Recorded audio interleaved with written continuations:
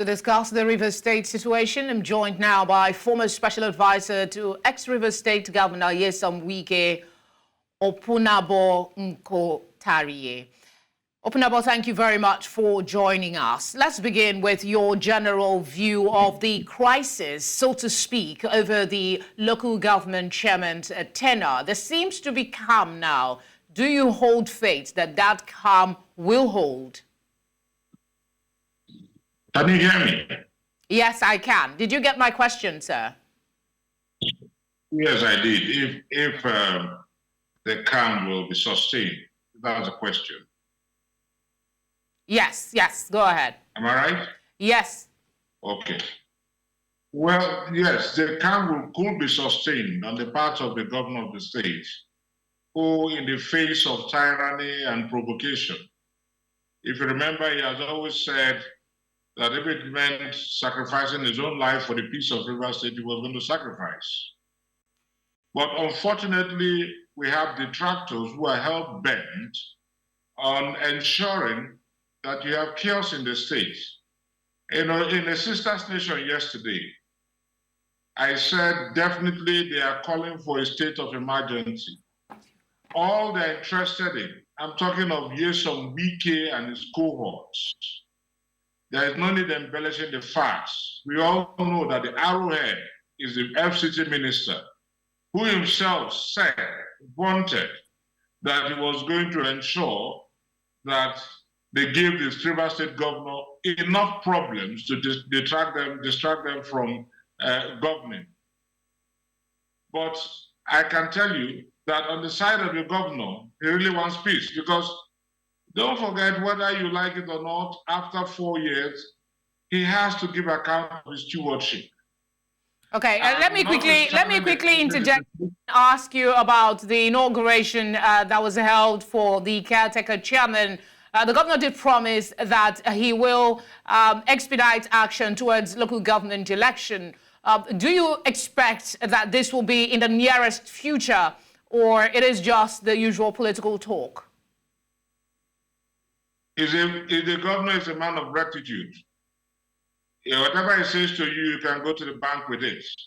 I have a settled conviction that the governor will ensure you have the conduct of local government elections in a jiffy.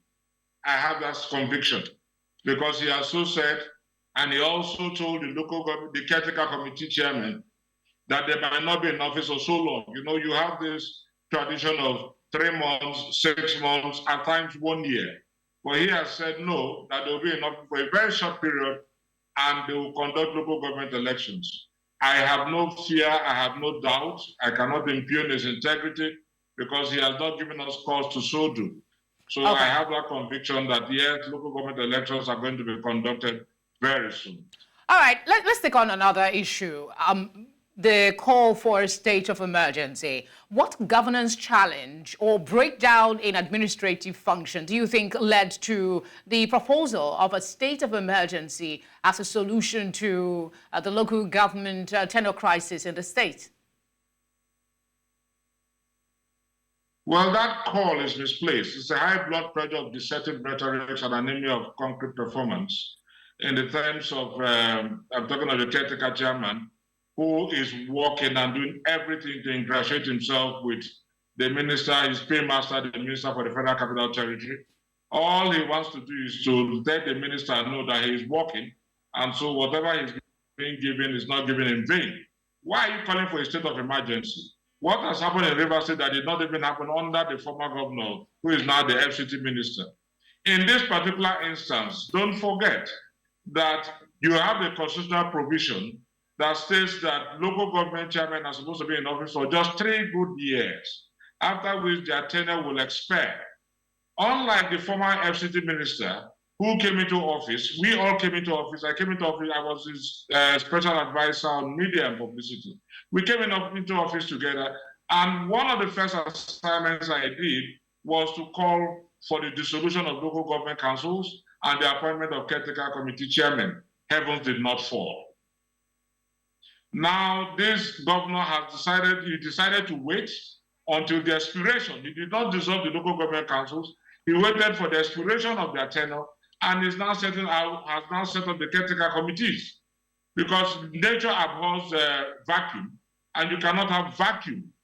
Most persons are going to ask why we had the elections not conducted before now. I was asked the same question on a sister station, and I said to them, I don't have any information concerning that, because the governor has not said anything to me concerning that.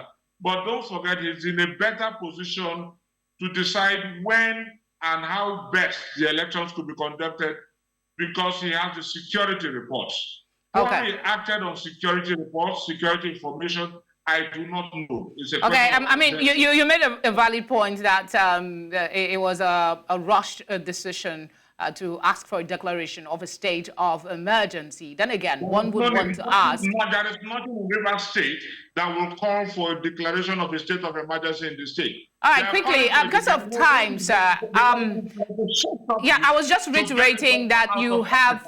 sir, I was just reiterating that you've made a point, and I'm trying to see what we can get in the short time we have available for the news. The governor has also ordered the audit of accounts of the 23 local government areas for the 3 years that they were in office. There are some who would say that this might be his own unique technique of political witch hunt. Or do you think he is within his rights to call for those audits? Of course, it is within his virus to call for those audits. I mean, you know, when you don't like, it's like calling a dog a bag named just to hang it. Wherever the governor says right now, all slanted interpretations will be moving into it by his detractors, by his enemies. Otherwise, accountability and probity, it should be the watchword of every administration. I mean, why will anybody fret when they call for accountability and probity if you have those skeletons in your cupboard? We should not expect that. Even the governor himself, who was the accountant general of the state, said he was going to probe previous administrations. And a lot of persons said, if he's going to probe that, he should also not forget that he was the accountant general of the state. He was the accountant general of the state, but he kept the records. But they should also not forget that the governor is always the approving authority in that state. Without the governor's approval, without the governor's imprimatur, the accountant general cannot release funds. So, and the governor said, okay, I am ready to probe my predecessors. So what is wrong with that? The same thing he's saying is going to probe the local government council chairman in the past. I don't know if it's going to be this particular one or the one before now, because it was not quite specific. But I don't think that should cause any room. We should not make anybody to fret if you are actually clean. But I can tell you that even before most of these local government chairmen, even before their tenures expired, most of them had looted even their councils. If you go to most local government councils, a lot of ACs, a lot of computers, so many things were carted away by the ex-local government chairman and their cronies. So why would anybody bother? We shouldn't be perturbed. All right, open up. I think... I shouldn't bother. I should be happy that you're going to probe my because at the end of the day, you're going to tell the world how clean I am. Opunabo, thank you very much for speaking with us. Thank you very much.